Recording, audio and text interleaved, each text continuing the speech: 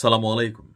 ভাবা যায় যে ডক্টর মোহাম্মদ ইউনূসেরও ৫ বছরের কারাদণ্ড হতে পারে। শুধুমাত্র উনি না, উপদেষ্টাদের মধ্যে শুরু করে অনেকেরই, যারা সরকারি কর্মচারী কর্মকর্তা আছেন। বাংলাদেশে এই মুহূর্তে যে গণভোট, হ্যাঁ এবং না এর পক্ষে যে প্রচার প্রচারণা, অথবা একজন নিরপেক্ষ সরকার প্রধান হিসাবে হ্যাঁ এর পক্ষে জনগণকে ভোট দেওয়ার জন্য যে আহ্বান, বা সরকারি বিভিন্ন দপ্তরকে যে নির্দেশনা দেওয়া হয়েছে ডক্টর ইউনূসের কার্যালয় থেকে, এই ঘোষণার জন্য বা এই কর্মকাণ্ডের জন্য ৫ বছরের কারাদণ্ড হতে পারে। এই মুহূর্তে নির্বাচন কমিশন বনাম সরকার একটা মুখোমুখি অবস্থানে চলে গিয়েছে। যদিও আমরা দেখছি গতকালকেও রংপুরের জনসভায় বিএনপি চেয়ারপারসন জনাব তারেক রহমান তিনিও গণভোটে হ্যাঁর পক্ষেই জনগণকে উদ্বুদ্ধ করেছেন। আর জামাত ইসলাম তো প্রথম থেকেই গণভোটের পক্ষে হ্যাঁ অবস্থান আছে, বা এনসিপিও বরাবরই বিএনপিকে এই গণভোট বা জুলাই সনদ ইস্যুতে প্রশ্নবিদ্ধ করার চেষ্টা চালাচ্ছিল। তো যখন এই অবস্থা, কেন গণভোটের পক্ষে হ্যাঁ প্রচারণা অথবা না প্রচারণা যদি সরকারি কোনো কর্মকর্তা কর্মচারী, ডিসি, এসপি, ইউনো থেকে শুরু করে কোনো ওসি অথবা যে কোনো কেউ সরকারিভাবে যারা রাষ্ট্রীয় সুযোগ সুবিধা নিচ্ছে, তারা যদি করে, কেন এটা দণ্ডনীয় অপরাধ? দর্শক, বাংলাদেশ নির্বাচন কমিশন সচিবালয় থেকে একটা প্রজ্ঞাপন জারি করা হয়েছে।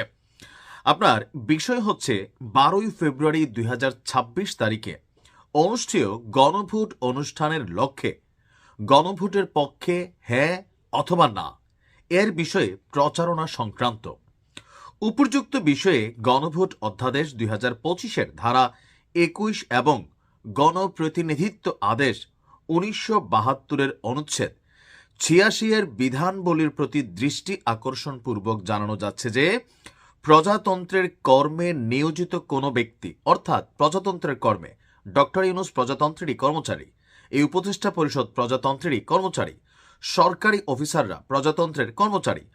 তো প্রজাতন্ত্রের কর্মে নিয়োজিত কোনো ব্যক্তি গণভোট বিষয়ে জনগণকে অবহিত এবং সচেতন করতে পারবেন, তবে তিনি গণভোটে হ্যাঁ এর পক্ষে অথবা না এর পক্ষে ভোট প্রদানের জন্য জনগণকে কোনোভাবে আহ্বান জানাতে পারবেন না। তাহলে রাষ্ট্রীয় কোষাগারের টাকা খরচ করে যে হ্যাঁ প্রচারণা চালানো হলো, এটা নিয়ে আসলে এই মুহূর্তে গণভোট নিয়ে পেছনে কি চলছে জানি না, তবে দুইটা পক্ষ আমরা দেখছি এই মুহূর্তে নির্বাচন কমিশন হঠাৎ করে কেন এমন বার্তা দিলেন বা এমন অধ্যাদেশ জারি করলেন।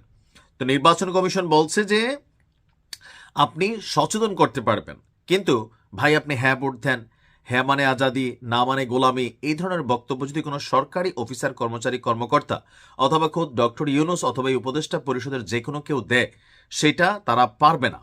কেননা এই ধরনের কার্যক্রম গণভোটের ফলাফলকে প্রভাবিত করতে পারে, যা গণভোট অধ্যাদেশ 2025-এর 21 এবং গণপ্রতিনিধিত্ব আদেশ 1972-এর অনুচ্ছেদ 86 অনুযায়ী একটি দণ্ডনীয় অপরাধ হিসাবে গণ্য হবে।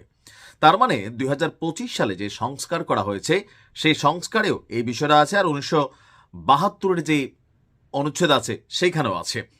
বর্ণিত অবস্থায় উল্লেখিত বিধান অনুসারে প্রয়োজনীয় ব্যবস্থা গ্রহণের জন্য নির্দেশক্রমে অনুরোধ করা হলো প্রাপককে বিভাগীয় কমিশনার, ঢাকা, চট্টগ্রাম এবং রিটার্নিং অফিসাররা, আঞ্চলিক নির্বাচনী কর্মকর্তা, ঢাকা, চট্টগ্রাম, খুলনা এবং রিটার্নিং অফিসার, জেলা প্রশাসক সকল এবং রিটার্নিং অফিসার। আর আদেশক্রমে মোহাম্মদ মনির হোসেন, উপসচিব, নির্বাচন পরিচালনা 2 অধিশাখা, এরপর এখানে আপনার দেওয়া হয়েছে। তার মানে কি দাঁড়াচ্ছে, কেন আসলে হঠাৎ করে এই প্রজ্ঞাপন জারি করা হলো?